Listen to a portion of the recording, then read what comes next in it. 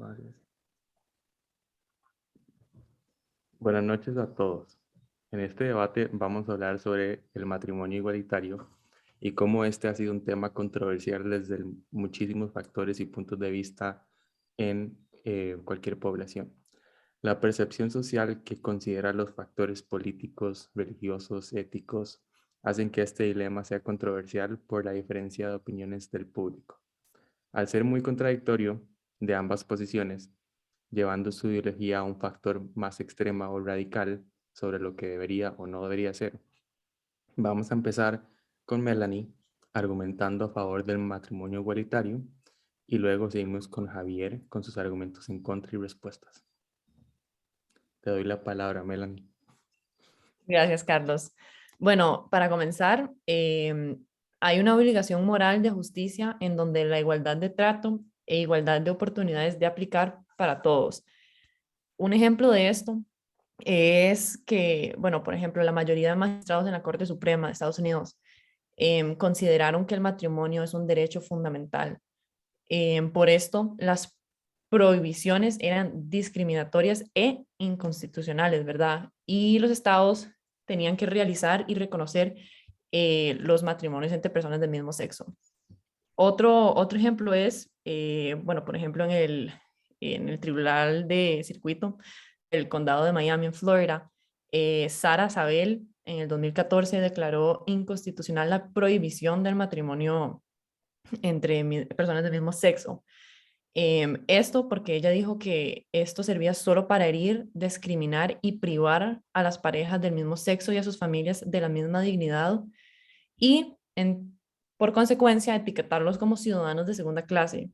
Y por último, bueno, hay un ejemplo que es el análisis realizado por los New York Times, que estimó que las parejas del mismo sexo a las que se les negaban los beneficios del matrimonio incurría a gastos adicionales hasta $466,000 a lo largo de su vida en comparación a las parejas heterosexuales, ¿verdad? Que casadas y, y pues sí, es mucha la cantidad, o sea, es mucha la cantidad de plata que, que estas personas se ven privadas en comparación a las parejas heterosexuales. Muchas gracias, Bueno, Melanie. Te doy la palabra, Javier, para la respuesta. gracias, Carlos. Y gracias, Melanie. Ese primer argumento efectivamente pues, está sólido. Sin embargo, a pesar de lo dicho por los organismos de justicia, en este caso particularmente los de Estados Unidos, sí se debe entender que el matrimonio obedece a un principio de la Iglesia y son ellos los que al final deben de decidir si se acepta o no la unión matrimonial entre personas del mismo género. La institución de matrimonio se ha definido tradicionalmente como la unión entre un hombre y una mujer. Las uniones civiles podrían proporcionar a través de la vía legal las protecciones y posibles beneficios que necesitan las parejas homosexuales sin tener que cambiar directamente la definición de la palabra matrimonio. Por lo tanto, se puede apoyar la unión entre parejas del mismo sexo, pero a través del nombre y específicamente el nombre de unión civil y no como matrimonio.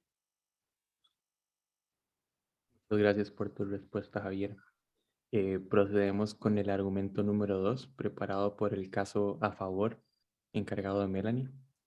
Te doy la palabra, Melanie. Perfecto, muchísimas gracias.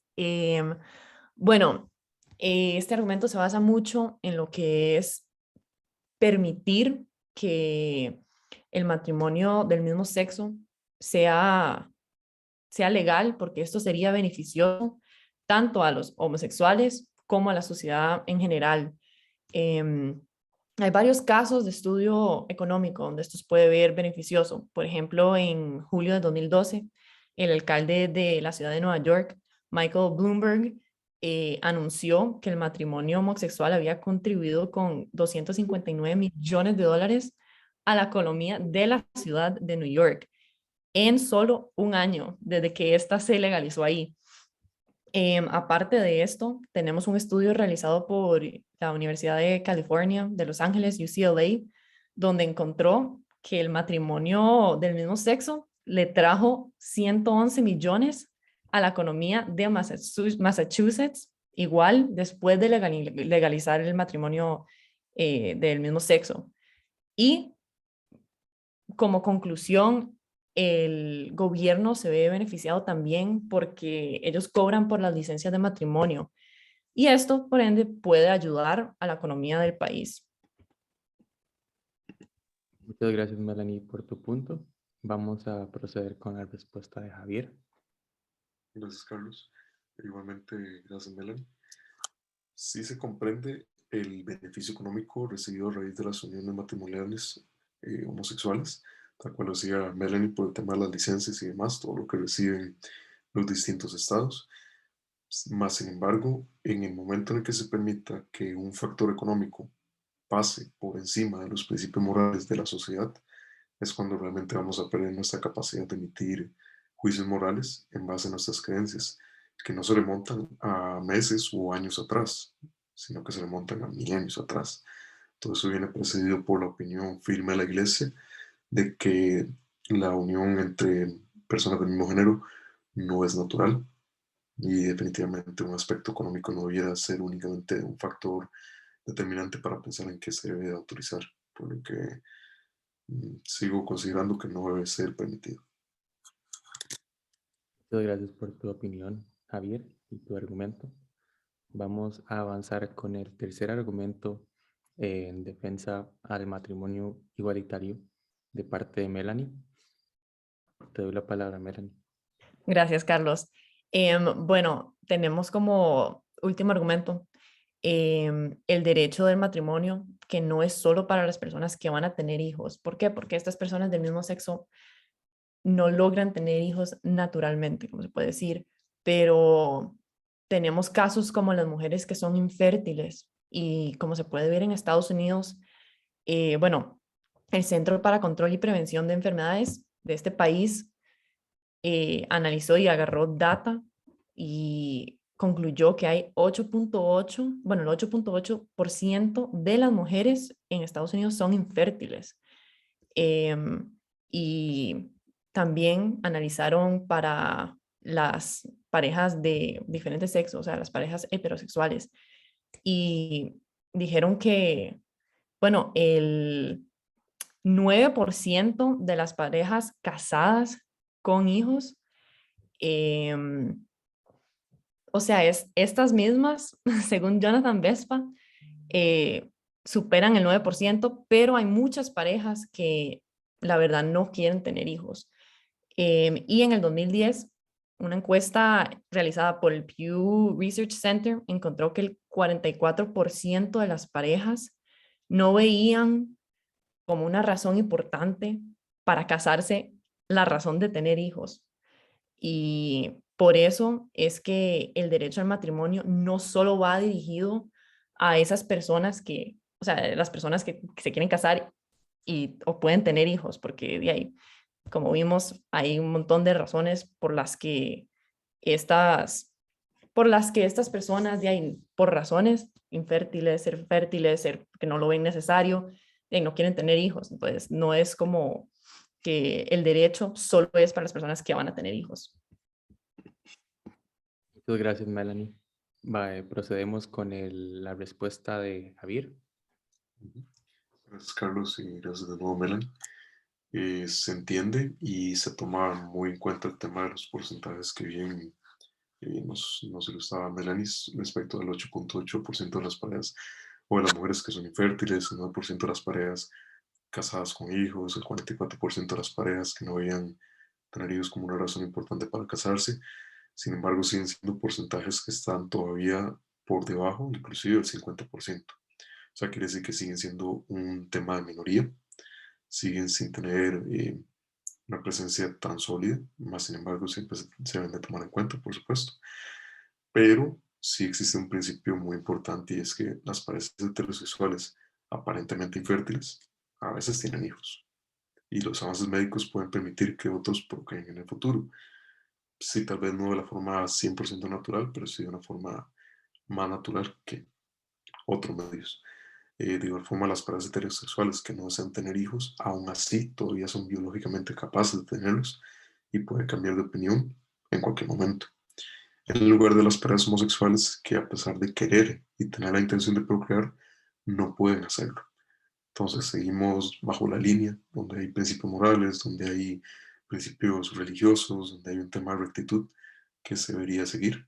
Y pues en eso es en lo que se basa mi respuesta. Muchas gracias, Javier. Avanzamos con la segunda etapa del debate, donde Javier va a defender el punto en contra con respecto a el matrimonio igualitario. Para lo que sería el primer argumento, estableció que bueno, los matrimonios del mismo sexo van en contra de la cultura, el tradicionalismo y la naturaleza. Se pueden ver desde el punto de vista religioso, en donde se dice que Dios creó al hombre y a la mujer, creó géneros para que pudieran procrearse y de esa forma extender la vida humana. No creó a dos hombres o a dos mujeres, porque entre ellos de una forma natural no es posible concebir nuevas vidas humanas. El Papa Francisco en el año 2018 proporcionó una entrevista a una revista española que se llama Europa Press, donde indicó que el matrimonio es la unión de un hombre con una mujer y a las uniones del mismo sexo se les debería llamar uniones civiles, tal cual se expuso en una de las respuestas anteriores. Igual forma, el Papa expresó en ese momento que el matrimonio no puede tener lugar entre homosexuales, sino entre un hombre y una mujer, porque es el vínculo con el que se genera la familia. Pero sí está de acuerdo en que pueda existir una unión civil entre personas del mismo sexo. Muchas gracias, Javier. Avanzamos con la respuesta de Melanie al argumento 1. Perfecto, muchísimas gracias, Carlos, y muchísimas gracias, Javier. La verdad, esto me parece un poco contradictorio y no tan claro por parte del Papa Francisco, porque, como se bien sabe, el Papa Francisco, el jefe del Estado de la Ciudad del Vaticano, mencionó en el 2020 que la gente homosexual tiene derecho a estar en una familia, que son hijos de Dios y tienen derecho a una familia. Y no sé, me parece muy contradictorio por parte de él decir como que solo debería de haber un vínculo, ¿verdad? De una mujer y un hombre, porque así lo puso Dios, o sea, creó al hombre, a la mujer, pero cuando menciona de ahí que estas personas tienen derecho a estar en una familia, no, o sea, no me parece que deja muy claro en específico, y eso fue 2 años después. Entonces, me parece de ahí muy contradictorio por parte del Papa Francisco. Muchas gracias, Melanie. Avanzamos con el argumento número 2 de parte de Javier. Gracias, Carlos. Ok, para el segundo argumento va bajo una línea similar al primero, en donde el matrimonio establecido por la iglesia es para la procreación. A las parejas del mismo sexo se les debería, pues, básicamente prohibir el matrimonio porque no pueden tener hijos juntos, por lo menos de una forma natural, por lo que no les es posible aportar a un niño, aún en condición de adopción, a su padre o madre biológico, que es su derecho natural. Bueno, para eso también está basado en un artículo publicado por Nicole Winfield para los Angeles Times en el 2021, en donde se expone la posición oficial del Vaticano, ya no únicamente por parte del Papa, que si bien es la cabeza del Estado, pero bueno, el Vaticano ya es toda una institución y ellos pues al final de cuentas tienen su opinión en conjunto, en donde referente a la condición del matrimonio homosexual, se dice que los homosexuales deben ser tratados con dignidad y respeto, pero que el sexo homosexual es desordenado de una manera intrínseca. Las enseñanzas católicas indican que el matrimonio entre un hombre y una mujer forma parte del plan divino y tiene el propósito de crear nueva vida. Entonces, siguiendo toda esa línea, pues eso es básicamente en el tema del catolicismo, sin incluir lo que opinan otras religiones, pero sí, definitivamente el Vaticano es el que emite la última palabra en referente al tema del matrimonio. Muchas gracias, Javier. Avanzamos con la respuesta de Melanie al argumento número 2. Perfecto, muchísimas gracias, Javier. La verdad, como mencionó Javier, él dijo que las parejas del mismo sexo no se les debería de permitir el matrimonio, ya que ellos no pueden tener hijos de forma biológica. Pero como yo mencioné anteriormente, hay mujeres que son infértiles que desgraciadamente no pueden tener hijos, entonces tienen que acudir a la adopción o a otros métodos, que por ende, entonces se debería de privar, igual que se le priva a los del matrimonio del mismo sexo, el matrimonio, el derecho al matrimonio, porque ellas tienen que acudir a otros métodos como lo harían las parejas del mismo sexo. Muchas gracias, Melanie. Avanzamos con el argumento final, número 3, de parte de Javier. Gracias, Carlos. Ok, para el argumento número 3, ya esto va un poco distante a lo que estábamos conversando anteriormente en los otros dos argumentos, porque vamos hacia un aspecto de enseñanza psicológica o psicopedagógica, en donde la normalización de la homosexualidad en la sociedad está llevando a que los niños desde una temprana edad experimenten factores de riesgo para la salud mental. Más en detalle o más se muestran más proclives a padecer depresiones, abuso de sustancias e inclusive intentos de suicidio en comparación a la población en general. Se entiende que una sociedad 100% inclusiva, eso no se vería, porque se pensaría que habría un sistema de educación que ayude a que los niños puedan formar su opinión propia, respetando las de los demás, pero en sociedades en donde las religiones emiten sus juicios, no se ve viable una inclusión total, por no considerarse como algo normal. Ahora, hay documentos judiciales presentados en julio del 2014 por abogados de un bufete en Arizona, donde declararon que el riesgo psicológico que pueden sufrir los niños y niñas por una diferencia de opiniones desde una temprana edad es una amenaza muy grande hacia la estabilidad social y se puede erradicar declarando como ilegal el matrimonio homosexual y así básicamente pues evitar un problema a futuro en la sociedad. Muchas gracias, Javier. Avanzamos con la última respuesta de parte de Melanie con respecto al punto influenciado por el argumento número 3. Perfecto, muchísimas gracias Carlos y muchísimas gracias Javier por tu punto de vista. Y definitivamente lo entiendo, pero yo creo que se puede tener una conversación con estos niños que vos decís que sufren daños psicológicos a una temprana edad. ¿Por qué? Porque en el mundo van a existir así diferencias de opiniones en una cantidad de cosas que no podemos decir en la cantidad de números, pero existen. Y o sea, puede ser que para este tema sí sea un poco más complicado, pero ya este tema en el siglo XXI no es considerado como tabú y existen varios estudios, varios blogs, o sea, tips en donde le pueden recomendar a un papá, a una profesora, cuál es la mejor manera de tener estas conversaciones con los niños a temprana edad. Por ejemplo, hay un blog que se llama The Best Program for Kids que da 7 tips para tener esta conversación, que dice como, ok, podemos tener esta conversación a esta edad o podemos tratar de tomar la conversación por este diferente punto de vista, porque al final de cuentas, las conversaciones se van a tener porque son diferencias de opiniones que tenemos nosotros siempre. Entonces, se puede tener estas conversaciones y tratar de disminuir ese riesgo psicológico utilizando blogs y diferentes tips y estudios para ver cómo se puede tener de mejor manera estas conversaciones. Muchas gracias, Melanie. Para concluir con el debate de hoy, podemos identificar que luego de conversar todos los temas y puntos de ambas perspectivas, podemos identificar que para lograr contrarrestar este tipo de argumentos, tenemos que identificar qué prioridad se le da a cada uno de los puntos discutidos, basándose primero en los derechos humanos e igualdad de oportunidades que rigen por encima de la legislación local de cualquier país. Luego de esto, tenemos que identificar cómo estas reglas pueden aplicar en un escenario específico o en una situación específica para mejorar la calidad de vida de las personas involucradas. Entonces, para concluir con este debate,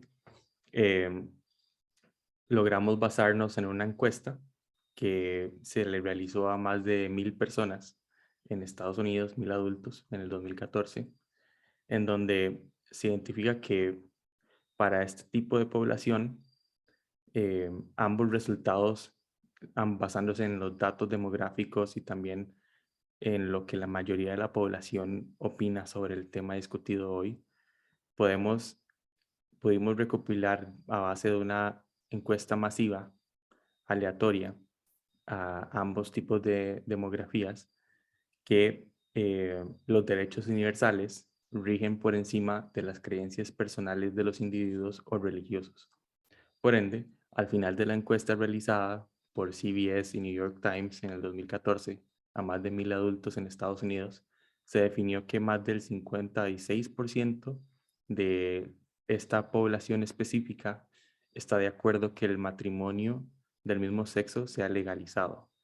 En contra, se encuentra el 37% de esta población y un 7% se resultaron inseguros o inconclusos con su posición o simplemente no se quisieron responder con respecto a la encuesta.